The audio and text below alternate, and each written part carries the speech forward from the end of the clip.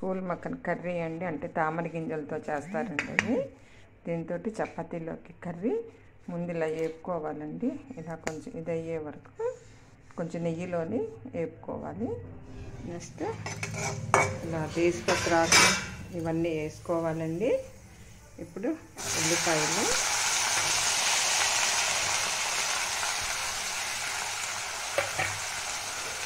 కొంచెం వేగాలండి.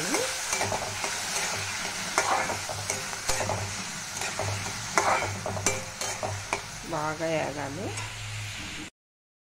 నేను ఈ కర్రీలో టమాటా లేకుండా చేస్తున్నానండి. దీంట్లోని ఉల్లిపాయలు, జీడిపప్పు, గుమ్మడి గింజలండి, యాలక్కాయలు, లవంగాలు 2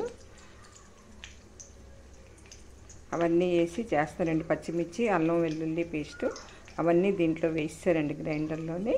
ఇలా పేస్ట్ చేసుకొని దీంట్లో కొంచెం నెయ్యి అవన్నీ వేసుకోవాలండి.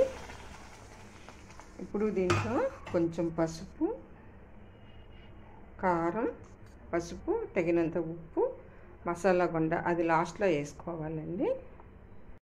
అండ్ చూసారండి, కొంచెం దీంట్లో మసాలా వేసానండి.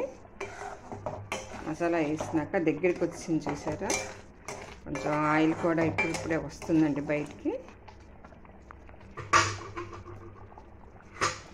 ఇప్పుడు ఈ ముక్కను వేసుకోవాలండి.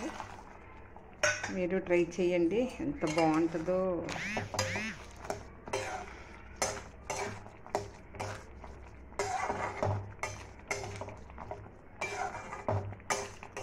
ఒక్క 3 minutes ఉడికితే చాలండి, అవి అయిపోతుంది కూర. అయిపోయిందండి కూర.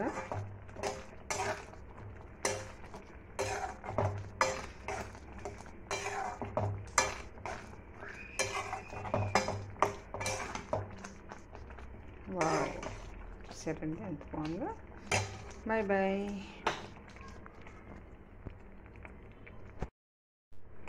Hi guys, makhana curry.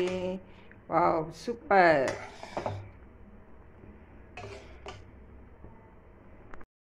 అయిపోయిందండి కర్రీ. లాస్ట్లో కస్తూరి మెంతి అండి, సూపర్గా ఉంటుంది. అది వేస్తే దాని టేస్టే వేరండి.